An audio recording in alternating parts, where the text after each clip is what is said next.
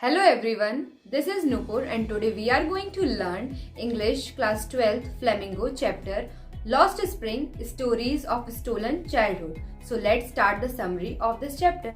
Lost Spring Stories of Stolen Childhood. The writer of this chapter is Anis Jung.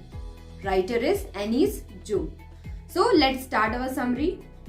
Anis Jung comes across Sahib every morning. He is crouching for gold in the garbage dumps. इसमें जो narrator है, अपना writer है एनिस Jung, वो बता रही है कि वो एक बॉय नेम्ड साहिब, जिसका नाम क्या है साहिब, उससे हर रोज उनकी मुलाकात होती है, वो डेली मिलती है. He is scrounging for gold in the garbage dumps. वो कूड़े के डब्बे में से सोना ढूंढता है, मतलब कि वो उस कचड़े में से कुछ न कुछ अपने लिए बेनिफिशियल चीज देखता है. ही केम फ्रॉम ढाका. वो कहाँ से आया है? ढाका मतलब Bangladesh. He does not even remember his old home. He does not go to school. उसे अपना जो पुराना घर है वो भी याद नहीं है और वो स्कूल भी नहीं जाता.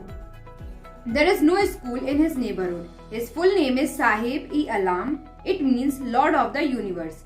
जो वहाँ पे उसके नेबरहुड में कोई भी स्कूल नहीं है और उसका फुल नेम क्या है उस बॉय का? साहिब ई अलाम, जिसका मतलब क्या है? Lord of universe. Lord of universe. But he does not know what it means. He roams in the street with his friends. लेकिन उसे अपने नाम का मतलब नहीं पता कि उसके नाम का मतलब लॉर्ड्स ऑफ यूनिवर्स है. वो क्या है? अपने जो फ्रेंड्स हैं उसके साथ गलियों में घूमता रहता है. They are an army of barefoot boys. और जो उसकी कंपनी है, बहुत सारे जो उसी के जैसे बॉयज हैं, उनकी कंपनी कैसी है? बेयरफुट बॉयज, मतलब नंगे पांव घूमते रहते हैं, उनके पास कोई भी शूज वगैरह नहीं है. They work in the morning and disappear at noon. वो सुबह से काम करते हैं मॉर्निंग में और रात में नून तक आते हुए डिसअपियर हो जाते हैं. They live in a perpetual state of poverty and can't afford even shoes. वो इतनी खतरनाक, मतलब इतनी पॉवर्टी में रह रहे हैं कि वो कम से कम वो एक शूज अफोर्ड भी नहीं कर सकते हैं. Other young boys wear shoes, but most of the rag pickers like Sahib remain shoeless. Other जो young boys होते हैं उनकी एज के, वो शूज पहनते हैं, लेकिन जो rag pickers होते हैं साहिब की तरह वो शूज नहीं पहनते हैं. वो कैसे रहते हैं? shoeless रहते हैं. So most of these rag pickers live in Simapuri. It is a place on the periphery of Delhi. तो ये जो rag pickers होते हैं ये कहाँ पे रह रहे थे हमारे? Lives in Seemapuri. कौन सी प्लेस का नाम है? सीमापुरी. ये कहाँ पर है? अपनी पेरिफेरी ऑफ दिल्ली, या फिर दिल्ली के बाहर ही हम कह सकते हैं आउटस्कर्ट्स ऑफ दिल्ली में ये लोग रहते हैं, सीमापुरी नाम की प्लेस में. There is no sign of any development and progress here. वहाँ पर जो सीमापुरी नाम की प्लेस है वहाँ पर कोई भी डेवलपमेंट नहीं है, कोई भी प्रोग्रेस नहीं हो रही है वहाँ पर. तो the houses are of mud. वहाँ के जो हाउस होते हैं वो किसके बने होते हैं? मड. अपने यहाँ सीमेंट जो बने रहते हैं, लेकिन वहाँ पर किसके बने होते हैं हाउसेज? मड के. They have roofs of tin and tarpaulin. उनकी जो roofs होती है वो भी tin और tarpaulin की होती हैं. There is no sewage, drainage and running water. ना तो वहाँ पर कोई भी साफ सफाई है, ना तो कोई सीवेज ट्रीटमेंट प्लांट है, ना ड्रेनेज है, ना इनफेक्ट वहाँ पर ड्रिंकिंग वाटर भी प्योर नहीं है. More than 10,000 rag pickers have lived there for 30 years. मतलब 10,000 rag pickers भी वहाँ पर रह रहे, कब से? 30 सालों से वहाँ पर रह रहे हैं सीमापुरी में. They came from Bangladesh in 1971. कहाँ से आए थे? बांग्लादेश से आए थे. कब? 1971 में. They have no identity or permits. उनके पास खुद की कोई भी पहचान, कोई भी आइडेंटिटी जो होता है वो सब नहीं है. They do have ration cards that enable them to vote and buy grains. उनके पास सिर्फ एक ही चीज है उनकी आइडेंटिटी का, वो क्या है? राशन कार्ड, जिसकी वजह से वो वोट कर सकते हैं, प्लस क्या वो जो राशन कार्ड से जो हमें खाना मिलता है उन जो पुअर लोगों के लिए वो ले सकते हैं. For them, food is more important than identity. Women move around in tattered sarees. उनके लिए फूड ज़्यादा, खाना ज़्यादा इम्पोर्टेंट है आइडेंटिटी से उनकी. और जो उनकी वहाँ की वुमेन्स होती हैं वो भी कैसे? टैटर्ड साड़ीज़ में घूमती हैं, मतलब फटी हुई साड़ीज़ में, बिल्कुल तार जिसके कपड़े मतलब कंडीशन बहुत ख़राब हो चुकी है, वैसी साड़ीज़ में वहाँ की वुमेन घूमती हैं. Children grow up, they become partners in survival. वहाँ के जो बच्चे हैं वो बड़े हो जाते हैं, तो वो भी जो यही जो रैग पिकिंग है इसमें अपने सर्वाइवल जो क्या पार्टनर्स बन जाते हैं कि वो भी यही काम करना शुरू कर देते हैं. सर्वाइवल इन सीमापुरी मीन्स रैग पिकिंग. और जो सीमापुरी है वहाँ पे जो एकमात्र सोर्स है सर्वाइवल का वो क्या है? कि रैग पिकिंग, कूड़ेदान में से कूड़ा ढूंढना. Though the year it has acquired the status of fine art, garbage to them is gold. Sometimes a child can find a silver coin in a heap of garbage. उनके लिए जो garbage है वो किससे के इक्विवेलेंट है? Gold के. क्योंकि कुछ समय क्या हो रहा है वहाँ पे कुछ बच्चों को उसी गार्बेज में से एक सिल्वर कॉइन भी उनको मिल चुका है. तो गार्बेज है, कुछ भी मिल सकता है जो किसके लिए यूजफुल, डिसयूजफुल या अनयूजफुल है, वो उनके लिए क्या है? अपना यूजफुल चीज, तो उनके लिए वो क्या है? बहुत गोल्ड की तरह मानते हैं. There is always hope of finding more. उनको जो कुछ भी ना कुछ मिल, जब डेली निकलते हैं तो उन्हें कुछ ना कुछ होप होती है कि अब हमें आज कुछ अच्छा मिलेगा, कुछ पैसे मिल जाएंगे, कुछ ना कुछ ऐसा आइटम मिल जाएगा जो उनके लिए यूजफुल हो सकता है। Garbage is wrapped in wonder for children, for elders it is a means of survival. जो छोटे छोटे से बच्चे होते हैं उनके लिए तो गार्बेज क्या है कि वंडर से कि आज हमें क्या मिलता है, लेकिन जो बड़े लोग हैं उनके लिए जस्ट इट इज साधन है सर्वाइवल का। One morning the narrator sees Sahib standing by the fenced gate of a club. एक सुबह जो नरेटर है अनीस जो, उन्होंने साहिब को देखा है कि एक क्लब के फेंस्ड गेट के सामने खड़ा हुआ था। Two young man dressed in white are playing tennis. वहां पर जो 2 यंग मैन थे वो क्या टेनिस गेम खेल रहे थे। Sahib is also wearing tennis shoes. जो साहिब है उसने भी टेनिस के शूज जो हैं वो पहन रखे थे। They are discarded shoes of some rich boy, he refuse to wear them because of a hole in one of them. वो जो शूज थे जो साहिब ने पहन रखे थे वो किसी रिच बॉय के डिस्कार्डेड शूज थे, मतलब उसने उनको फेंक दिया था। क्यों फेंका था? क्योंकि उनमें से किसी एक शूज के नीचे क्या होल हो गया था, इसीलिए उसने उसे रिफ्यूज हटा दिया था। For Sahib even shoes with a hole is a dream come true. लेकिन साहिब जैसे पुअर रैग पिकर के लिए जो ड्रीम था वो भी, जो शूज थे उसमें जिसमें होल था वो भी एक ड्रीम की तरह था। Now Sahib works in a tea stall, he gets 800 rupees and all his meals. अब जो साहिब था वो वर्क करने लगा था टी स्टॉल में और अब वो क्या 800 रुपीज अर्न करता था और उसको सारे वहां पे खाना भी मिल जाता था, all his meals. His face has lost the carefree look, he is carrying a steel canister.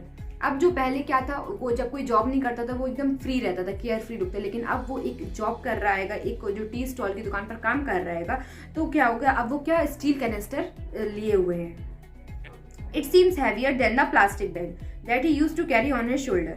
पहले क्या था, जब वो रैक पिकर का काम करता था तब उसे क्या प्लास्टिक बैग ताकि कुछ मिले तो रख ले, लेकिन अब वो प्लास्टिक बैग की जगह क्या आ गया, उसकी जगह स्टील का कनेस्टर जो कि प्लास्टिक बैग से ज्यादा भारी है, हैवी है। The bag was his. The canister belongs to the shop owner. Sahib is no longer his own master. तो यहाँ पर क्या बताया जा रहा है कि जब वो अपना प्लास्टिक बैग लिए होता था तो वो उसका खुद का था, वो उसका अपना मास्टर था, लेकिन अब जो वो स्टील कनेस्टर लिए हुए है वो किसका है, जो दुकानदार है उसका जो स्टील कनेस्टर है। लेकिन अब वो क्या होगा, अब अपना खुद का मास्टर नहीं रहा, अब वो किसी का जॉब कर रहा है, किसी का नौकर बन चुका है, तो अब उसने अपनी खुद का जो मास्टर था अब वो नहीं रहा। ठीक है, तो ये हमारी किसकी स्टोरी है, साहिब की। अब इसी चैप्टर में एक सेकेंड स्टोरी भी है जो किसकी है, मुकेश। अब हम उसको देख रहे हैं। Mukesh wants to be a motor mechanic. अब यहाँ पर एक बॉय है मुकेश जो क्या बनना चाहता है, motor mechanic. He will learn how to drive a car. वो चाहता है कि वो कार कैसे चलाते वो ये चलाना सीखे। But his dream looms like a mirage. लेकिन ये जो उसका मोटर मैकेनिक बनने का सपना है ये एक मिराज की तरह है। जैसे मिराज तो हम सभी जानते हैं कि एक ऐसी चीज जो सिर्फ हम कल्पना ही कर सकते हैं, एक्चुअल में वो होती नहीं है, तो उसका ड्रीम भी एक मिराज की तरह यहाँ पर कंपेयर किया गया है। He lives in a dusty street of Firozabad. कहाँ पर रहता है वो, डस्टी स्ट्रीट ऑफ फिरोजाबाद। जो मुकेश है वो कहाँ पर रहता है, फिरोजाबाद में। The town is famous for its bangles, every other family is engaged in making bangles. ये जो फिरोजाबाद अपना जो सिटी है ये किसके लिए फेमस है, बैंगल्स के लिए। वहां पर हर दूसरे घर में क्या होता है, बैंगल मेकिंग का काम चलता है। It is the centre of India's glass blowing industry. यहीं पर ये सेंटर है किसका, इंडिया में, जहाँ पर कांच जो होते हैं वो पिघलाए जाते हैं, तो ग्लास ब्लोइंग इंडस्ट्री का ये जो अपने इंडिया में फिरोजाबाद क्या है, सेंटर है। Families have spent generations making bangles for women. Mukesh family is among them. यहाँ पर जो फैमिलीज होती हैं जनरेशंस गुजार दी यही काम करते हुए, मतलब ग्रैंडफादर, उनका सन, तो बहुत सारे जनरेशंस होते हैं वहाँ पर यही काम चलते आ रहे थे। और मुकेश की फैमिली भी उनमें से एक थी जिसके यहाँ क्या बैंगल मेकिंग का काम होता था। About 2000 children work illegally in the glass furnaces with high temperature. यहाँ पर कितने 20,000 चिल्ड्रन, 20,000 बच्चे जो थे इलीगली काम कर रहे थे यहाँ पर किसमें, ग्लास फर्नेसेस में, वो भी हाई टेम्परेचर के सामने। They live in stinking links, वो बदबूदार गलियों में रहते थे। They are choked with garbage, their homes are hovels with crumbling walls. वो कहाँ पर बिल्कुल गार्बेजेस टाइप में रहते थे और जो उनकी घर की दीवारें थी वो झोपड़ी जैसे थे और वो भी उनकी दीवारें कमजोर बिल्कुल गिर रही थी। उनके घर पास घर भी नहीं था खुद का सही से रहने वाला। दे हैव नो विंडोज, वहाँ पर उनके पास उनके घर में कोई भी विंडोज नहीं होती थी। They are crowded with families of humans and animals. अब उनके पास एक तो स्पेस कम, घर भी कच्चे और वहाँ पर जानवर, एनिमल्स, ह्यूमंस सब एक साथ ही रहते थे। The Elder of the family is a poor bangle maker. जो उनके परिवार का सबसे बड़े सदस्य होते थे वो भी क्या एक पुअर बैंगल मेकर ही रह चुके थे। He has failed to renovate his house, nor has he able been able to send his 2 sons to school. जो उनके जो फैमिली के एल्डर थे वो अपने घर को सही मजबूत पक्का कराने में असफल रहे थे और उन्होंने जो अपने 2 बच्चे थे, 2 लड़के थे, सन्स थे, उनको स्कूल भी नहीं पढ़ा पाया था। He knows nothing except the art of making bangles. वो कुछ भी नहीं जानते थे और वो सिर्फ क्या जानते थे, बैंगल्स बनाने की कला, कि बैंगल कैसे बनाते हैं। Mukesh grandmother has watched her own husband go blind with the dust from polishing the glass. जो मुकेश की ग्रैंडमदर थी उन्होंने अपने हस्बैंड को इसी काम से, ये जो डस्ट पॉलिशिंग का काम था, इसी से क्या अपने आंखों के सामने ब्लाइंड होते हुए देखा था। But they can not give up God given lineage. लेकिन क्या है कि वो लोग इस काम को छोड़ भी नहीं सकते, क्योंकि ये जो काम हो रहा है बैंगल मेकिंग का उनके यहाँ, वो जनरेशन से चला आ रहा है। मतलब कि पहले एक जनरेशन फिर उनकी जनरेशन यही काम करते आ रहे, तो उन्होंने इसको अपना गॉड गिवन लीनिएज मान लिया और वो इसको छोड़ भी नहीं सकते। They have been born in the caste of bangle makers. In every other house in every street of Firozabad, one can see bangles of each and all colors. तो उनकी ये तो जो उनकी कास्ट है बैंगल मेकर्स की, तो उन्हें यही काम करना पड़ेगा। और फिरोजाबाद एक ऐसा सिटी है जहाँ पर हम जो बहुत सारे अलग अलग डिफरेंट कलर्स की बैंगल्स को देख सकते हैं वहाँ पर। In every other house in every street of Firozabad one can see bangles of each and other colours की बैंगल्स को देख सकते हैं। They are piled on handcrafts pushed by young man. वो क्या है, वहाँ जैसे बैलगाड़ी होती हैंगी तो वो ऐसी ही गाड़ियों में रखी जाती हैंगी जो जिसको कौन, ह्यूमन अपनी तरफ से खींचता है। तो पाइल्ड अप बाय ह्यूमंस होता है और वहां पर उनको रखा हुआ जाता है जो ह्यूमंस खींचता है उस वाली गाड़ियों में। इन dark hutments sit boys and girls with their father and mothers welding pieces of colored glass into circles of bangles. The bangles symbolize an Indian woman's suhag. They symbolize auspiciousness in marriage. तो जो छोटे छोटे से बच्चे होते हैं girl and boy, वो अपने फादर मदर मम्मी पापा के साथ बैठते हैं रात में और क्या इसी वेल्डिंग करते हैं जो ग्लासेस होती हैं उनको वेल्डिंग होते हुए देखते हैं। और फिर बताया गया है यहाँ पर कि जो बैंगल्स होता है वो क्या सिंबलाइज करता है, इंडियन वुमेन्स सुहाग। तो जो लेडीज होती हैं वो क्या अपने बैंगल्स पहनती हैं। दे सिंबलाइज ऑस्पिशियसनेस इन मैरिज, कि मैरिज की अच्छी चल रही है तो ये उसके लिए अच्छा माना जाता है, तो बैंगल्स सब लोग पहनते हैं। Little has moved with time in Firozabad. समय के साथ साथ थोड़ा बहुत चेंजेस आए हैं फिरोजाबाद में। Years of mind numbing toil has killed the initiative of the young. They can not organize themselves into a cooperative.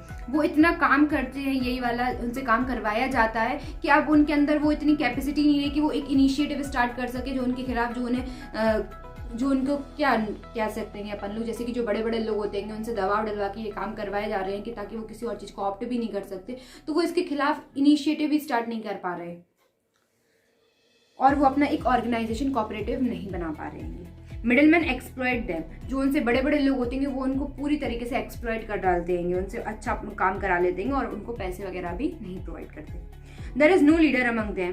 There are 2 words. उनके अमंग कोई भी लीडर नहीं है। फिर यहाँ पर 2 वर्ड के बारे में बताया गया। एक वर्ड है, one is the world of bangle makers. They are caught in a web of poverty. किसका यहाँ पर ये 2 वर्ड बताए गए हैं, 2 वर्ड, जिसमें से एक किसका है, बैंगल मेकर्स का, जो इतने ज्यादा पुअर है, जो पॉवर्टी के जाल में बिल्कुल फंसे हुए हैं। There is an another word of money lenders, middleman and the policeman who fleece them. और जो दूसरी वर्ड है अपना, किसका देश बताया गया है पूरा संसार, कि जो क्या है बड़े लोग होते हैं, मिडिल मैन्स होते हैं, मनी लेंडर्स होते हैं, पुलिसमैन होते हैं, जो क्या उनको फ्लीज करते हैं, मतलब उनसे काम निकलवाते हैं, उनको दबाते हैं। Mukesh eyes are full of hope. He chooses to be different from others. लेकिन जो यहाँ पर मुकेश जो बॉय है उसकी आंखों में बहुत बड़े बड़े सपने हैं, उसके अंदर एक होप है, उसने कुछ अलग चूज किया है, वो ये सब करना नहीं चाहता है। He wants to be a motor mechanic. वो क्या मोटर मैकेनिक बनना चाहता है। The narrator ask him if he dreams of flying a plane. लेकिन अब जो नैरेटर है एनिस जुंग, उन्होंने उस लड़के से पूछा क्या कभी प्लेन उड़ाना चाहता है, तो वो कहता है ही साइलेंटली सेज नो। फिर जो मुकेश होता है वो बिल्कुल धीमे से साइलेंटली क्या कहता है, no. He is content to dream of cars that move down the streets of his town, few planes fly over Firozabad.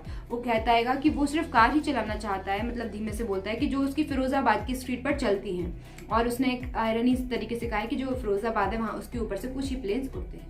तो यहाँ ही हमारा चैप्टर खत्म हो जाएगा। So this is the complete summary of this chapter. I hope you get benefit from this video. So like this video, share and subscribe. Thank you.